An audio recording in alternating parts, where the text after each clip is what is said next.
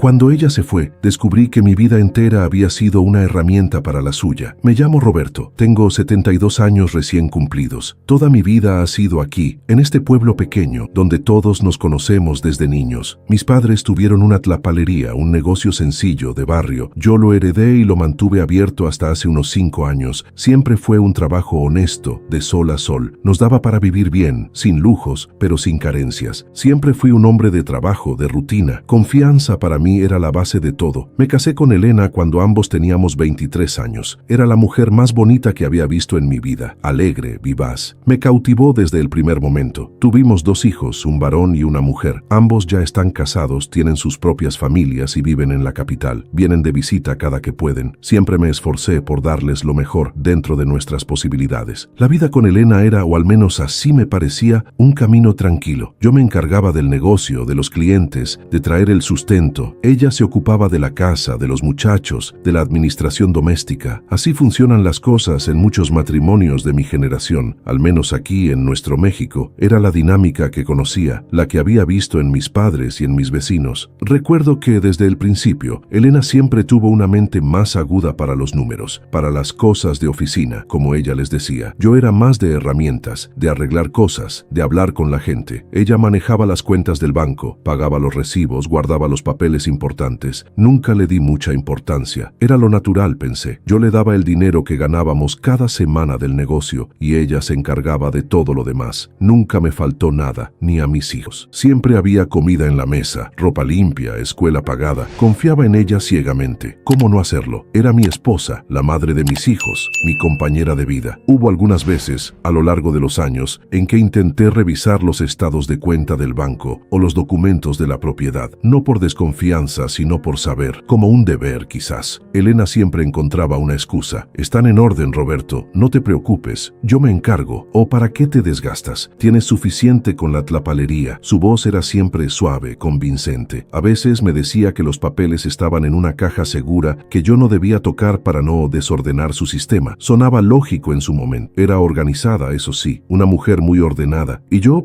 siempre fui más disperso para esas cosas, lo reconozco. Era más sencillo dejar que ella se ocupara. Cuando los muchachos crecieron y empezaron a hablar de la universidad, Elena siempre fue la que tuvo el plan claro. Tenemos que ahorrar para sus estudios. Necesitan lo mejor. Y yo trabajaba más duro. Recuerdo que vendí un terrenito que me había dejado mi abuelo, un solar pequeño a las afueras del pueblo. Era mi herencia, mi pequeño guardadito. Ella me convenció de que era lo mejor para el futuro de los hijos. El dinero de esa venta, ella lo administró. Dijo que lo invertiría en un fondo de ahorro especial para la educación. Yo no pregunté más. Era por los hijos. Y eso, para mí, era lo más importante. Los años pasaron. El negocio seguía dando. Los hijos terminaron sus carreras, se casaron, vinieron los nietos. La vida parecía haber cumplido su ciclo. Elena y yo estábamos envejeciendo juntos, sentados en el portal, viendo pasar la vida del pueblo. Pensaba que éramos afortunados. No había grandes emociones, pero sí una paz que yo valoraba por encima de todo. Ella siempre hablaba de su jubilación, de sus planes de viaje cuando yo me retirara, de tener una casita en la playa, aunque fuera un par de semanas al año. Yo no tenía grandes aspiraciones. Con tal de que ella fuera feliz, yo lo era también. Nunca fui un hombre de sueños grandes. Mis sueños eran mis hijos y mi trabajo. Hace 3 años, Elena empezó con dolores. Fuimos al médico aquí en el pueblo, luego a la ciudad. El diagnóstico fue duro. Cáncer. Fue muy rápido. En menos de 6 meses se nos fue. Recuerdo esos meses como una neblina. Yo me dediqué a cuidarla, a estar con ella. Los hijos venían a vernos, a apoyarnos. No hubo tiempo para nada más, ni para pensar en el futuro, solo en su presente, en su dolor y en cómo acompañarla. Después de su entierro, cuando los hijos regresaron a sus casas y el silencio se apoderó de esta casa, llegó el momento de los trámites. La defunción, el testamento, las cuentas. Nunca había tenido que encargarme de nada de eso. Ella lo había hecho todo. Me senté en el escritorio que ella siempre usaba, un escritorio viejo, de madera oscura, con muchos cajones. Su olor aún estaba impregnado. Abrí el cajón principal, donde ella decía que guardaba todo lo importante. Ahí estaban las carpetas, ordenadas, como siempre. Una para el banco, otra para las propiedades, otra para seguros. Tomé la carpeta del banco. Había una libreta de ahorros a mi nombre, sí, con una cantidad mínima, apenas para los gastos del día a día. Y luego, otra libreta, a nombre de ella, con un monto considerable, más de lo que jamás imaginé que tendríamos, y varios certificados de inversión, todos a su nombre. Las fechas de apertura eran antiguas, de hacía hacía muchos años, desde la época en que vendí el terrenito de mi abuelo. Mi mente empezó a atar cabos, me temblaron las manos. No era enojo, no era rabia, era una sensación fría, una certeza que se instalaba en el pecho. Abrí la carpeta de las propiedades. La casa donde vivíamos, sí, estaba a nuestro nombre, al 50%, pero había otra propiedad, un terreno grande, en la zona nueva del pueblo, que con los años había duplicado su valor. Siempre pensé que era parte de la propiedad que compró mi papá. No era así, estaba a su nombre, comprado pocos años después de que nos casamos, con el dinero que yo le daba del negocio, con el dinero de la venta del terreno de mi abuelo. También encontré un testamento. Lo abrí con manos que apenas podía controlar. Lo leí una y otra vez. En él, la tlapalería, mi negocio de toda la vida, ese que yo había heredado y trabajado, se repartía entre mis hijos. Sí, pero bajo una condición, que ella fuera la administradora de los bienes hasta que ellos cumplieran cierta edad, una edad que ya habían rebasado. Pero el testamento había sido redactado antes de que cumplieran esa edad. Un testamento viejo pero válido, modificado después para que la mitad de los bienes de la sociedad conyugal fuera a su hermana, para apoyarla en su vejez, decía. Mi hermana, que siempre fue una mujer trabajadora y que nunca tuvo necesidad de nada. Llamé a mis hijos, les conté lo que había encontrado, les mostré los papeles. Había un desconcierto, una tristeza en sus ojos que no había visto antes, una mezcla de incredulidad y dolor. Ellos tampoco lo sabían. Siempre habían creído en su madre, en la figura de la mujer fuerte y organizada que teníamos en casa. Tuvimos que ir con un abogado. Él revisó todo, me explicó las implicaciones legales. Lo que estaba a su nombre era suyo, o en su defecto, pasaba a sus herederos conforme a su voluntad. La mitad de mis bienes conyugales, incluyendo los ingresos que yo generé en el negocio, eran de ella. Y con su testamento, parte de eso se desviaba a su hermana, no a mis hijos, ni a mí directamente. Fue un proceso largo, confuso. Los hijos se metieron a ayudar. Ellos sí sabían de esos trámites. Yo solo me sentaba, escuchaba las palabras del abogado, la burocracia, los papeles, los términos legales. Cada documento, cada cuenta, cada propiedad era como un golpe silencioso. Cada uno de esos papeles me hablaba de una vida que yo no había vivido, de decisiones que yo no había tomado, de un futuro que no incluía lo que yo creía nuestro. La tlapalería que yo había pensado dejar a mis hijos para que la siguieran si así lo querían, era ahora un bien que tuvo que ser evaluado y repartido según la voluntad de Elena. Mis hijos tuvieron que pagar a su tía la parte que les correspondía para quedarse con el negocio de su abuelo, el mío. No hubo gritos, ni peleas, no hubo reproches a su tía, no había por qué. Ella no sabía nada, solo había un dolor sordo en mi interior, una comprensión que llegaba tarde. Entendí que cada paso que dimos, cada decisión que tomamos, cada ahorro, cada inversión, había sido diseñado por ella para construir su propio camino, su propia seguridad. Y yo, ingenuo, había sido el pilar sobre el que ella construyó todo, el que puso el esfuerzo, el dinero, la confianza, el que firmó sin leer bien, el que no preguntó. Ahora vivo solo en esta casa que antes era de los dos. Mis hijos me visitan, son buenos, me traen la comida, me preguntan cómo estoy, yo les digo que bien. ¿Qué más puedo decir? Miro las fotos de Elena que aún están en la sala. Su sonrisa, la misma que me cautivó. Ya no siento nada al verla. No odio, no rabia, solo un vacío, un silencio profundo. La constatación de que mi vida entera fue un camino de ida y vuelta para ella. Un plan que usó hasta el último día, y yo el plan me quedé aquí, sin plan.